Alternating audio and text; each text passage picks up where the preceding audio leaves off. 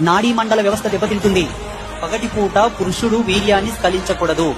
అలా స్ఖలించుకుంటే ఏమవుతుంది తెలుసా? సౌరశక్తి నుంచి మన బాడీ డెవలప్మెంట్ చేసుకున్నటువంటి ఎనర్జీస్ అన్ని కూడా లాస్ అయిపోతాయి. రాత్రికి సుఖపడు. పగటిపూట పురుషుడు చేసే తప్పు, మహిళలు వాళ్ళ మీద వాళ్ళకు సోయి లేకుండా వాళ్ళు చేసుకునే తప్పు వల్ల సుఖ వ్యాధులు వస్తాయి. నాడీ మండల వ్యవస్థ దెబ్బతింటుంది. మీకు తెలియదు, ఇందులో చాలా ఆంతర్యం ఉన్నది. అసలైన జీవ నిర్మాణ సిద్ధాంతం ప్రకారంగా, సృష్టి ధర్మం ప్రకారంగా, యోని కుబ్జ ధర్మం ప్రకారంగా పురుషుడి యొక్క వీర్యం స్త్రీ యొక్క యోని మీదనే పడాలి. అన్యమైన ప్రదేశంలో పడడానికి వీలు లేదు. ఒకవేళ పడితే ఆయనకు బ్రహ్మహత్యా పాతకం తగ్గుతుంది. ఇది సత్యం. అందుకే గృహస్థ ధర్మం పరమసోపానమైనది. అందుకే పెళ్లి చేసుకోండి అయ్యా. మూతి మీద మీసాలు రాగానే పెళ్లి చేసుకోండి. రక్తం పోతేనేమి అపోలు బట్టలుగా టాపుతాడు, బట్టలుగా. నీ పాడు రక్తం లీటర్లు లీటర్లు నీ బాడీలో ఉన్న నీ శరీరం పనికిరాదు.